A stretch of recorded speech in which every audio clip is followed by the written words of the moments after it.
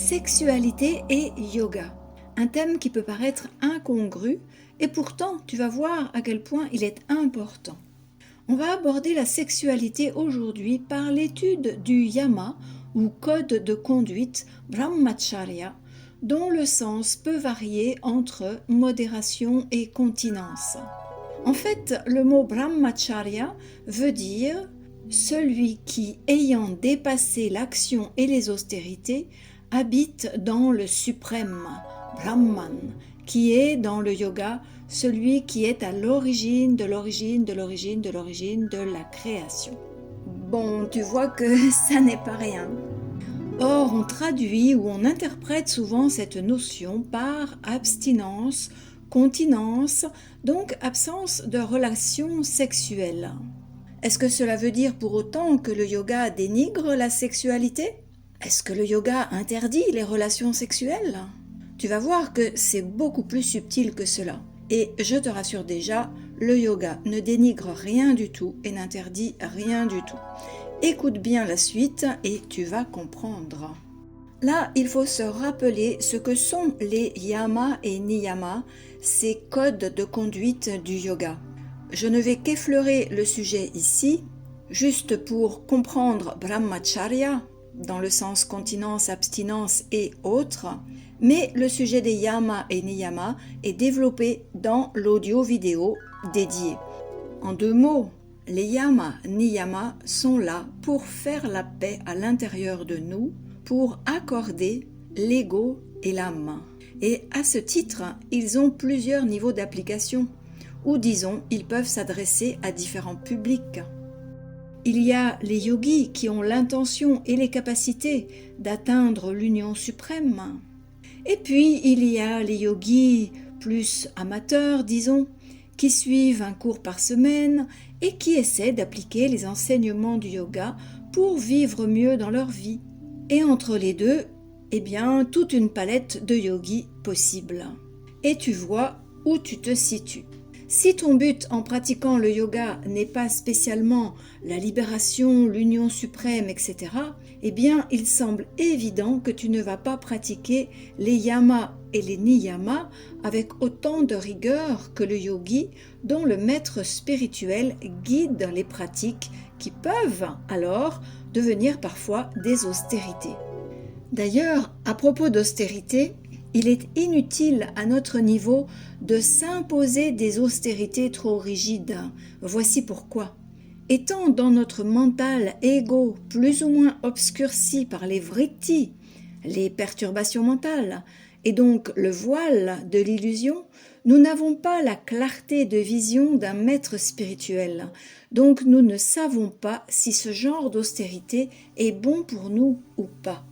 Et en fait, c'est notre ego qui décide de faire telle ou telle austérité, de tenir le bras à la verticale pendant 8 heures, ou de jeûner pendant 1 mois, ou de rester abstinent pendant 1 an, etc. Et je caricature.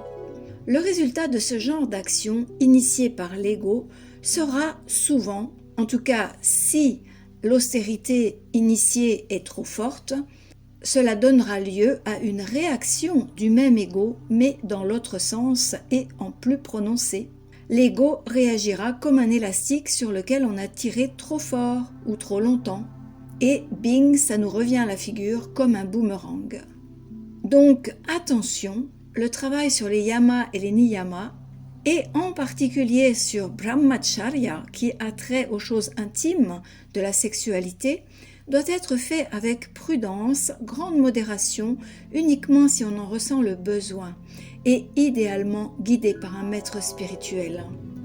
Et donc, pour revenir à brahmacharya, abstinence, pourquoi ? Réfrénement de l'énergie sexuelle, pourquoi ?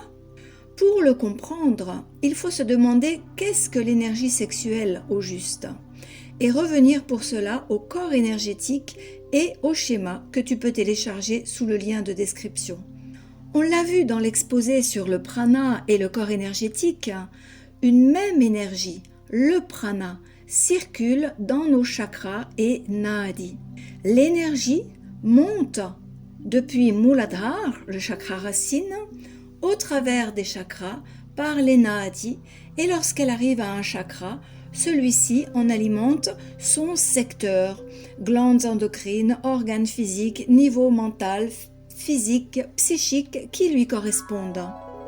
Ce qui veut dire, écoute bien ceci, ce que l'on appelle l'énergie sexuelle n'est rien d'autre que l'énergie qui monte depuis le générateur Muladhara et qui s'arrête en Swadhisthana, le chakra sacré, et qui est utilisée par Swadhisthana pour assouvir notre quête de plaisir, puisque Swadhisthana s'occupe précisément de nos organes génitaux et que sa mission est précisément d'assouvir notre recherche de plaisir. Alors, vu comme cela, il devient évident que si l'énergie qui monte dans la colonne s'arrête à Swadhisthana et y reste, ou y est bloquée, eh bien nos besoins sexuels risquent d'être forts, immodérés.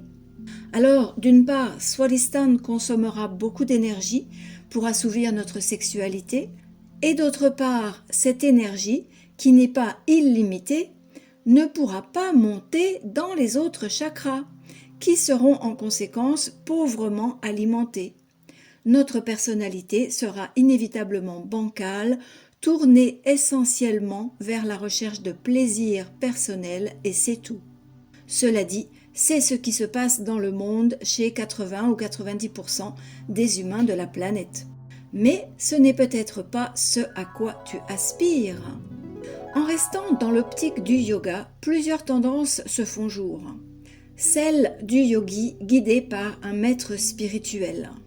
Si le maître spirituel lui enjoint de pratiquer brahmacharya dans le sens d'une continence, qui peut être à durée limitée ou illimitée selon les cas, alors le maître donnera aussi la guidance, les pratiques appropriées pour canaliser l'énergie qui, je le rappelle, vient de Muladhara, afin qu'elle ne s'arrête pas que à Swadhisthana et qu'elle continue son ascension vers les chakras supérieurs, ce qui permettra au yogi d'avancer vers la réalisation.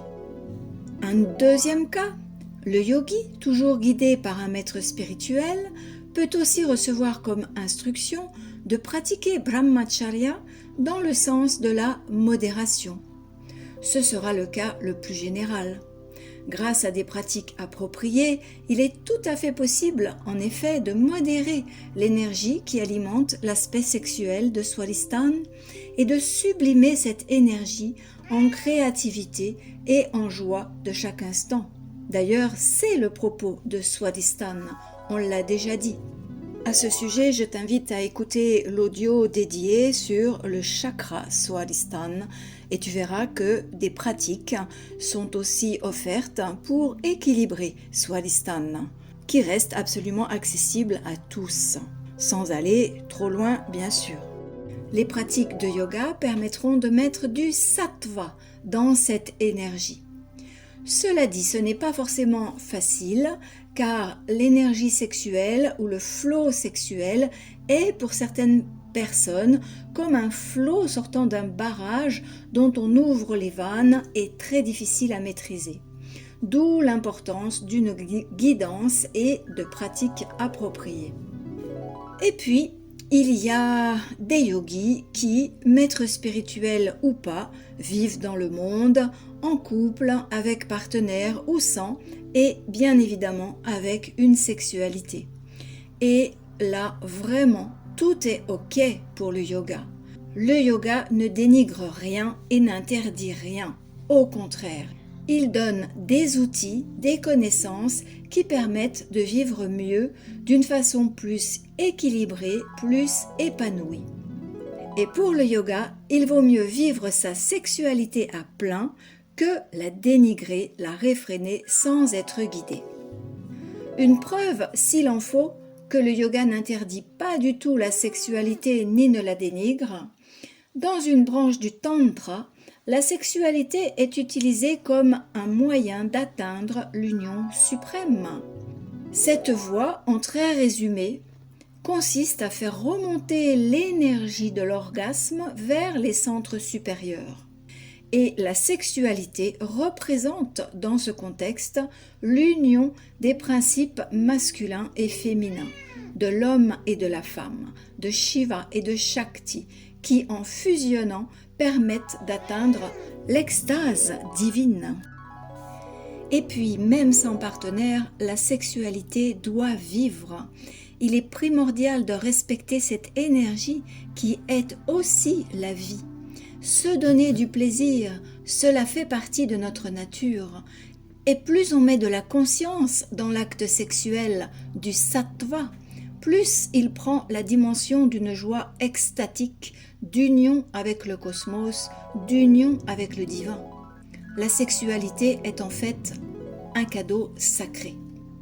D'ailleurs, il est à noter que lorsqu'on harmonise les chakras avec le yoga, donc notre personnalité, une certaine ouverture au monde prend place lorsque l'énergie monte dans les chakras supérieurs. Anahat, qui gère l'amour inconditionnel, Vishuddhi, la purification, la communication, et Agya, l'intuition, la connaissance, la connexion. Et alors, l'énergie qui vient toujours de Muladhara, mais qui ne s'arrête plus que à Swadhisthana, est portée elle aussi par ces aspects de la vie, caractéristiques des chakras supérieurs, et on peut parfois, dans des moments bénis, avoir la sensation de faire l'amour avec le monde, simplement en communiquant, en partageant, en donnant, en offrant ce qui est dans notre cœur au monde. Ainsi, l'union avec les autres peut devenir tangible, même sans contact physique. C'est donc un autre aspect de l'union qui ne passe pas par le contact charnel de Swadhisthana, mais par les niveaux subtils. Et cela est néanmoins très intense. Une remarque importante maintenant, qui va nous ramener un petit peu en arrière dans l'histoire. Tout le monde n'est pas yogi, mais tout le monde a des pulsions sexuelles, car c'est ainsi que nous sommes fabriqués, avec des gonades et des hormones. Or, si une autorité quelconque décide de bloquer cette énergie, d'interdire à la sexualité de s'épanouir, voici ce qui arrive, ce qui est arrivé durant des siècles. La religion a imposé le célibat aux prêtres, aux religieuses, et plus ou moins condamné l'acte sexuel en le qualifiant de péché capital. Même si cela est métaphorique, même s'il restait le devoir conjugal, ces qualificatifs sont restés ancrés dans notre culture judéo-chrétienne, pas que chez les religieux, mais dans les familles, dans le peuple tout entier, jusque dans les années 50-60. Il ne fallait pas parler de sexualité, elle se vivait cachée comme un honteux tabou, et on sait maintenant à quelle dérive cela a abouti. Que s'est-il passé au niveau énergétique ? Ces autorités ont mis, ni plus ni moins, un couvercle sur les montées d'énergie. Elles ont fermé Swadhisthana pour inhiber la sexualité des humains, qui pourtant existe, quoi que l'on fasse, de façon naturelle. Elles ont mis un couvercle sur une cocotte-minute à retardement. Et ce qui devait arriver arriva. En 68, explosion de par le monde de la libération sexuelle, le couvercle de la marmite a sauté. L'énergie s'est libérée. Et nous vivons encore dans les ondes de cette bombe réactive suite à des siècles de condamnation de la sexualité par les religions. Tout cela pour dire aussi attention. Ne fais pas n'importe quoi avec l'énergie. D'une façon générale, accepte ta sexualité telle qu'elle est, telle qu'elle vient. Pas de réfrénement et surtout pas de refoulement. Et pratique le yoga. Les postures de yoga, notamment la salutation au soleil, sur laquelle je ferai un petit audio un de ces jours avec une vidéo. La salutation au soleil agit profondément sur nos différents chakras et donc sur nos glandes endocrines. La salutation au soleil a ainsi le pouvoir de réguler notre énergie et le fonctionnement des chakras. Ainsi, elle pourra aussi réguler le débit accordé à Swadhisthana pour la recherche de plaisir. la sexualité prendra une qualité sattvique, de modération consciente, d'intensité divine, et tout ton être s'en trouvera bonifié. À très bientôt.